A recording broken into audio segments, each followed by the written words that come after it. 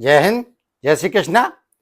साथियों, मैं Mahesh quintal advocate एक बार फिर से आप सभी का स्वागत करता हूं अपने channel legal junction Mahesh quintal advocate पर। जमीन के विवाद में 2026 में ऑनरेबल सुप्रीम कोर्ट का लेटेस्ट जजमेंट आया है।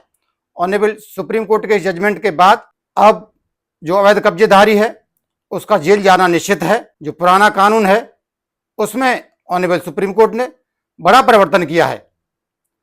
अब सिविल और क्रिमिनल प्रक्रिया दोनों साथ साथ चलेंगी, जैसा कि हम पिछले कई सालों से देखते चले आ रहे हैं।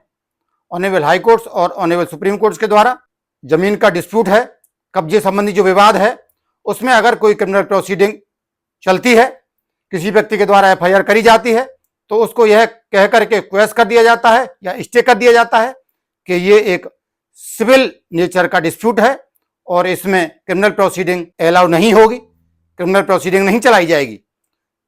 तो अगर कोई व्यक्ति अवैध कब्जे से, जमीन के अवैध कब्जे से पीड़ित है और पुलिस अधिकारी द्वारा या किसी प्रशासनिक अधिकारी द्वारा यह कहा जाता है कि आप अपने इस डिस्प्यूट को आप सिविल कोर्ट के माध्यम से निपटाइए, सिविल सूट फाइल करिए, तो अब ये नियम पुराना हो गया है। ऑनरेबल सुप्रीम कोर्ट के जजमेंट के बाद अब ये नियम पूरी तरह बदल चुका है। अब क्रिमिनल प्रोसीडिंग भी चलानी पड़ेगी। लेटेस्ट जजमेंट 2026 का आया है, इसको आप दिखाएंगे, इसकी कंप्लीट कॉपी आपके पास होनी चाहिए। इसको जब आप पुलिस अधिकारी को या फिर प्रशासनिक अधिकारी को या अगर कोर्ट के समझ जाते हैं तो कोर्ट को इस जजमेंट की आप कंप्लीट कॉपी जब दिखाएंगे तो निश्चित रूप से आपकी बात सुनी जाएगी, आपकी एफआईआर दर्ज करी जाएगी। और अगर एफआईआर क्वेशिंग के लिए, चार्जशीट क्वेशिंग के लिए कोई एक्यूज पर्सन, अभियुक्त व्यक्ति अगर कोर्ट में आते हैं, हाई कोर्ट आते हैं या ऑनरेबल सुप्रीम कोर्ट आते हैं, तो ऐसे केस में कोई जो अपराधी है, जो अवैध कब्जेदारी है, वो ना स्टे लेने पाए और ना एफआईआर को या चार्जशीट को क्वेश कराने पाए, उसके लिए भी ये जजमेंट लैंडमार्क जजमेंट होने वाला है।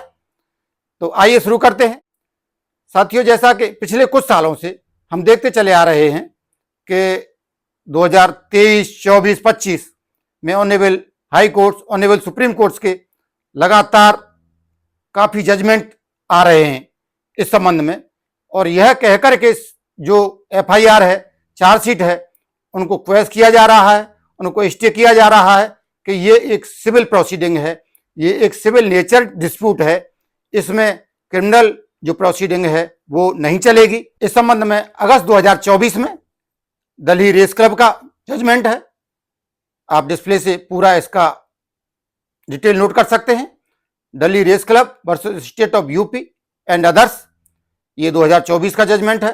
लेटेस्ट जजमेंट भी आपको 2026 वाला देंगे, मगर पहले से कानून, जो लॉ में जो चेंज आया था 2023 में, 2024 में, 2025 में, ट्रेंड में जो कानून, जो प्रोसीडिंग जो अपनाई गई थी, उसके बारे में आपको जाना बहुत जरूरी है। इसके बाद 2025 में Rekha Birani versus state of UP and others का जजमेंट आया। इसी तरह से कई जजमेंट आए। रेखा बिरानी का जजमेंट भी आप डिस्प्ले से नोट कर सकते हैं, पूरा इसके डिटेल है डिस्प्ले पे। ये 2025 का है और ये तो लैंडमार्क जजमेंट है ही हैं दोनों। इसके अलावा भी बहुत जजमेंट आए ऑनरेबल हाई कोर्ट्स के, ऑनरेबल सुप्रीम कोर्ट के। उसमें ये स्पष्ट रूप से कहा गया था कि अगर कोई कॉमर्शियल ट्रांजैक्शन है, पैसे का लेन देन है का डिस्प्यूट है, या प्रॉपर्टी का डिस्प्यूट है, जमीन के अवैध कब्जे का कोई डिस्प्यूट है, तो इस तरह के जो डिस्प्यूट हैं वो सिविल नेचर डिस्प्यूट हैं। ये एक सिविल प्रोसीडिंग है, इसका निस्तारण सिविल कोर्ट ही करेगा। ये क्रिमिनल केस, इस केस में, ऐसे डिस्प्यूट्स में क्रिमिनल ऑफेंस मेड आउट नहीं होता। ये इस तरह की लगातार गाइडलाइंस ऑनरेबल सुप्रीम कोर्ट के द्वारा जारी की जा रही थी। तो अब एक तरह से देखा जाए तो ये पुराने जजमेंट अब ओवर रूल किए जा चुके हैं। 2026 में पूरी तरह से क्रिमिनल लॉ में बड़ा चेंज आया है। जमीन के जो कब्जा संबंधी विवाद है उसमें ये लैंडमार्क जजमेंट, जो लेटेस्ट जजमेंट है 2026 का, इसको आप डिस्प्ले से नोट कर सकते हैं। ये है CS प्रसाद वर्सेस C सत्य Kumar and others. SLP criminal number इसका 397 ऑफ 2025 है। जजमेंट डेट है 8 जनवरी 2026। Honourable justice Prashant Kumar Mishra and honourable justice Sanjay Karol की डिवीजन बेंच के द्वारा ये जजमेंट जारी किया गया है। इस केस में जो एक्चुअल जो फैक्ट थे वो एक फैमिली डिस्प्यूट था। इसमें जो अपीलांट था वो एक भाई है और जो रेस्पोंडेंट हैं उसमें भाई की पत्नी और भतीजा, यानी कि एक फैमिली डिस्प्यूट है। तो इसमें जब अपीलांट्स के और रेस्पोंडेंट के जो फादर हैं उनकी डेथ होने से पहले कुछ सेटलमेंट डीड इसमें लिखवाई गई थी इस केस में। तो सेटलमेंट डीड के बारे में अपीलांट की तरफ से एफआईआर करी गई थी और यह कहा गया था कि जब मृत्यु से कुछ समय पहले वृद्धावस्था का फायदा उठा करके, पिताजी की वृद्धावस्था और कमजोरी का और बीमारी का फायदा उठा करके कुछ फोर्ज डॉक्यूमेंट तैयार कराए गए और उन डॉक्यूमेंट्स का फायदा रेस्पोंडेंट के द्वारा उठाया गया।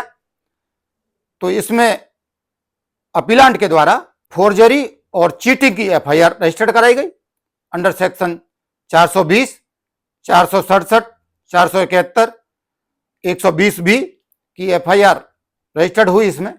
हालांकि पहले जो कंप्लेन हुई थी पुलिस के समक्ष एक एप्लीकेशन दिया गया था, पुलिस ने सरसरी तौर पे जांच करी तो पुलिस ने उसमें क्लोजर रिपोर्ट लगा दी। फिर इसके बाद 156(3) फाइल करी गई, उस पर 156(3) जो अब 175(3) हो गई है बीएनएसएस के अंतर्गत। तो उसमें एफआईआर दर्ज करने का मजिस्ट्रेट के द्वारा आदेश किया गया। मजिस्ट्रेट ने एफआईआर दर्ज करने का आदेश दिया। तो इसमें जब एफआईआर रजिस्टर्ड हुई तब उसमें पुलिस ने अपनी रिपोर्ट दाखिल करी और क्रिमिनल कंप्लेन जो चली उस क्रिमिनल कंप्लेन की पूरी प्रोसीडिंग को ऑनरेबल हाई कोर्ट के समक्ष, मद्रास हाई कोर्ट के समक्ष जो मुलजिम पक्ष था, रेस्पोंडेंट थे, उन्होंने चैलेंज किया और हाई कोर्ट ने इस क्रिमिनल प्रोसीडिंग को क्वेश कर दिया। और क्वेश्चन का जो ग्राउंड लिया गया था वो ये लिया गया था कि ये पूरा सिविल नेचर डिस्प्यूट है, जमीन के कब्जे का विवाद है, इसको क्रिमिनल रूप दे दिया गया है, इसमें कोई ऑफेंस मेड आउट नहीं होता। इसके बाद जो अपीलांट्स हैं इस जजमेंट से व्यथित होकर के ऑनरेबल सुप्रीम कोर्ट के समक्ष गए तो सुप्रीम कोर्ट का ये स्पष्ट व्यू था कि नहीं, ऐसा आप नहीं कर सकते। आप केवल यह कह करके कि ये सिविल नेचर डिस्प्यूट है, आप किसी क्रिमिनल प्रोसीडिंग को क्वेश नहीं कर सकते, भले ही उसमें सिविल सूट पेंडिंग ही क्यों ना हो। आपको जो मूल आरोप हैं, जो एलिगेशन लगाए गए हैं, उनको मूल रूप से देखना होगा और उन आरोपों के सपोर्ट में एविडेंस क्या है, सफिशिएंट एविडेंस है कि नहीं, इसका परीक्षण आपको नहीं करना है, मिनी ट्रायल आपको नहीं करना है। आपको केवल इतना देखना है कि जो एफआईआर रजिस्टर्ड कराई गई है, जो क्रिमिनल प्रोसीडिंग चल रही है, उसमें जो एलिगेशन लगाए गए हैं, अगर मूल रूप से उन एलिगेशनों को स्वीकार किया जाए तो ऑफेंस मेड आउट हो रहा है या नहीं हो रहा है। बस आपको केवल इतना देखना है। अगर ऑफेंस मेड आउट होता है तो आप उसको इस आधार पर, क्रिमिनल प्रोसीडिंग को आप इस आधार पर कैंसिल नहीं कर सकते। 482 की प्रोसीडिंग के अंतर्गत जो हाईकोर्ट की इनहेरेंट पावर है, धारा 482 सीआरपीसी, जो वर्तमान में धारा 528 बीएनएसएस हो गया है, उसके अंतर्गत अपनी इनहेरेंट पावर का यूज करते हुए ऑनरेबल हाई कोर्ट ये नहीं कह सकता कि इस केस में सिविल लिटिगेशन पेंडिंग है, सिविल सूट पेंडिंग है और ये सिविल नेचर का डिस्प्यूट है, इस आधार पर आप क्रिमिनल प्रोसीडिंग को क्वेश नहीं कर सकते। क्रिमिनल प्रोसीडिंग और सिविल प्रोसीडिंग दोनों एक साथ साथ चल सकती हैं। ये जरूरी नहीं है कि किसी केस में अगर सिविल प्रोसीडिंग पेंडिंग है, सिविल लिटिगेशन पेंडिंग है, सिविल सूट पेंडिंग है, तो उस केस में क्रिमिनल प्रोसीडिंग नहीं चलाई जा सकती। केवल इस आधार पर आप कंप्लेन जो क्रिमिनल प्रोसीडिंग है उसको क्वेश नहीं कर सकते, उसको स्टे नहीं कर सकते।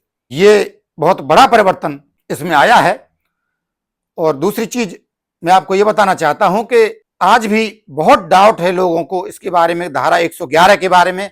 बहुत सारे फोन कॉल्स हमारे पास आते हैं और हर व्यक्ति, हर जमीन के डिस्प्यूट से जो पीड़ित व्यक्ति है, ये चाहता है कि धारा 111 में हमारी भी एफआईआर होनी चाहिए, धारा 111 में हमारी भी होना चाहिए। मगर मैं आपको पहले ही बता चुका हूं और अब भी बार बार ये बता रहा हूं कि हर केस में धारा 111 अप्लाई नहीं होती है। फैमिली डिस्प्यूट में तो बिल्कुल नहीं हो सकती, क्योंकि धारा 111 केवल उसी मामले में अप्लाई होती है जो आरोपी व्यक्ति है, जो अपराधी व्यक्ति है, वो भूमाफिया की कैटेगरी में आना चाहिए। उसका धंधा ही, उसका काम ही ये होना चाहिए कि केवल जमीनों को हड़पना, जमीनों से अवैध वसूली करना, अवैध कब्जे करना जमीनों पे।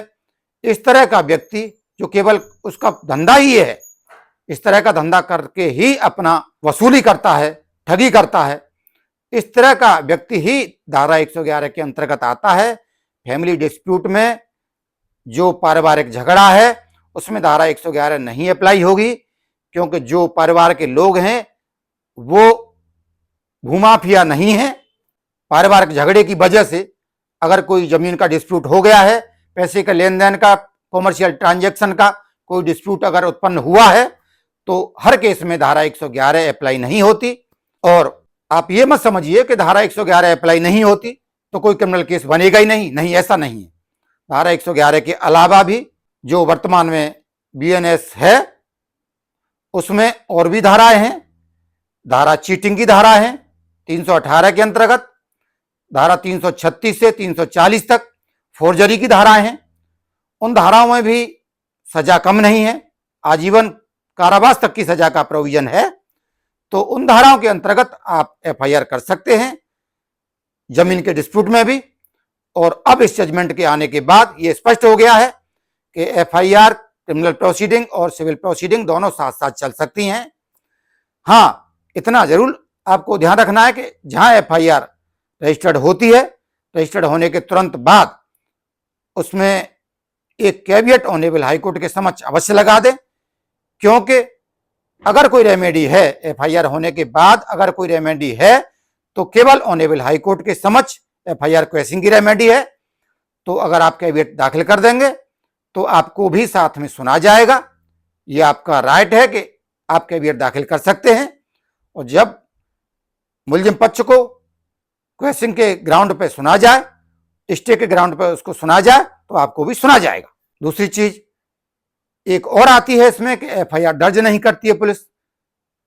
तो पहली चीज तो ये जजमेंट की कॉपी आपके पास होनी चाहिए, और कंप्लीट कॉपी अगर इस जजमेंट की आपको चाहिए तो हम आपको प्रोवाइड करा देंगे।